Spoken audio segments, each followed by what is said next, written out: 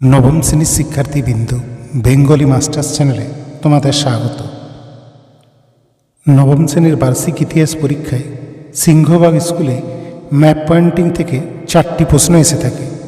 এই প্রশ্নটি তোমাদের বিভাগ ক্ষয়ের উপবিভাগ ডিতে থাকে। তোমরা যদি একটু ভালোভাবে প্রস্তুতি নাও তাহলে এখান থেকে নিশ্চিতভাবে 4 নাম্বার অতি সহজেই তুলে নিতে পারবে। তাই আজকের এই ভিডিওতে আমি ইউরোপের মানচিত্রে পরীক্ষার জন্য সবচেয়ে গুরুত্বপূর্ণ স্থানগুলিকে একে একে চিহ্নিত করে দেখাবো। কোন স্থান কোথায় অবস্থিত, কীভাবে মানচিত্রে সঠিকভাবে চিহ্নিত করবে এবং কোন কোন স্থান পরীক্ষার জন্য বেশি গুরুত্বপূর্ণ, সব কিছুই খুব সহজভাবে ভিডিওতে দেখানো হবে। তাই ভিডিওটিকে শুরু থেকে শেষ পর্যন্ত মনোযোগ দিয়ে দেখো এবং সঙ্গে সঙ্গে নিজের মানচিত্রে স্থানগুলিকে চিহ্নিত করার অভ্যাস করো। তাহলে পরীক্ষার হলে ম্যাপ পয়েন্টিং নিয়ে আর কোনো চিন্তা থাকবে না। চলো শুরু করা যাক। প্রথমেই আমি তোমাদের পশ্চিমবঙ্গ মধ্যশিক্ষা পর্ষদের বার্ষিক পরীক্ষার জন্য যে নমুনা প্রশ্নপত্র রয়েছে সেখানে 4টি স্থানকে ইউরোপের রেখা মানচিত্রে চিহ্নিতকরণের কথা বলা রয়েছে।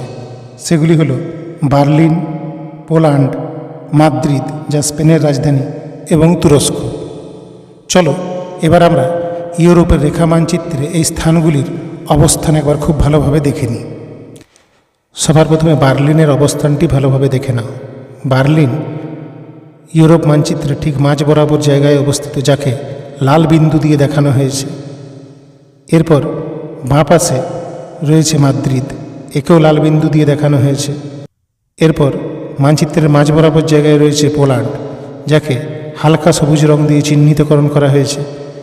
এবং সবশেষে রয়েছে তুরস্ক, যা ম্যাপের ডান পাশে রয়েছে, একে হলুদ রং দিয়ে চিহ্নিতকরণ করা হয়েছে। তোমাদেরও পরীক্ষার খাতায় এভাবে স্থানগুলিকে চিহ্নিতকরণ করতে হবে এবং ম্যাপের বাঁ পাশে বা ডান পাশে একটি বক্স করে সেটিকে কিন্তু সূচকের আকারে সাজিয়ে দিতে হবে।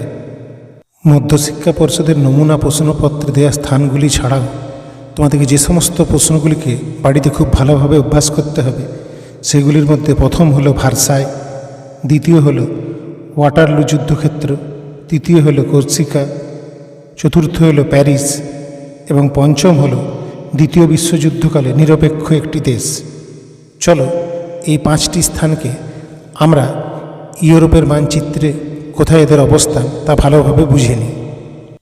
ম্যাপে চিহ্নিত লাল বিন্দুটি হলো ভার্সাই, নীল বিন্দুটি হলো ওয়াটারলুর যুদ্ধক্ষেত্র, সবুজ বিন্দুটি হলো কর্সিকা, নেপোলিয়ন বোনাপার্টের জন্মস্থান, বেগুনি বিন্দুটি হলো প্যারিস এবং কমলা রঙের যে বিন্দুটি রয়েছে সেটি হলো সুইজারল্যান্ড, দ্বিতীয় বিশ্বযুদ্ধকালে নিরপেক্ষ একটি দেশ। ম্যাপ পয়েন্টিংয়ের জন্য পরবর্তী গুরুত্বপূর্ণ স্থান হলো পর্তুগালের রাজধানী লিসবন। 7 নম্বর স্থান হল নেপোলিয়নের অধীনে একটি রাজ্য। 8 নম্বর স্থান স্পেন, 9 নম্বর স্থান ফ্রান্স এবং 10 নম্বর স্থান রাশিয়ার রাজধানী মস্কো। চলো এগুলির অবস্থান আমরা ইউরোপের মানচিত্রে ভালোভাবে দেখে নিই। ম্যাপে লাল বিন্দু দিয়ে চিহ্নিতকরণ করা স্থানটি হল পর্তুগালের রাজধানী লিসবন। হালকা বেগুনি রং দ্বারা চিহ্নিতকরণ স্থানটি হল নেপোলিয়নের অধীনে একটি রাজ্য। সবুজ রং দ্বারা চিহ্নিতকরণ স্থানটি হল স্পেন। নীল রং দ্বারা চিহ্নিতকরণ স্থানটি হল ফ্রান্স এবং কমলা রং দ্বারা চিহ্নিতকরণ স্থানটি হল রাশিয়ার রাজধানী মস্কো। ম্যাপ পয়েন্টিংয়ের জন্য 11 নম্বর গুরুত্বপূর্ণ স্থান হল 1805 খ্রিস্টাব্দে ট্রাফালগারের যুদ্ধক্ষেত্র। 12 নম্বর হল কনফেডারেশন অব দ্য রাইন। 13 নম্বর স্থান হল 1918 খ্রিস্টাব্দের বলশেভিক প্রভাবিত এলাকা। 14 নম্বর হল রুশ জারদের রাজধানী সেন্ট পিটার্সবার্গ এবং 15 নম্বর হল জার্মানি। ম্যাপে লাল বিন্দু দিয়ে যে স্থানটিকে চিহ্নিতকরণ করা হয়েছে সেটি হল ট্রাফালগারের যুদ্ধক্ষেত্র। নীল বিন্দু দিয়ে যে স্থানটিকে চিহ্নিতকরণ করা হয়েছে সেটি হল কনফেডারেশন অব দ্য রাইন।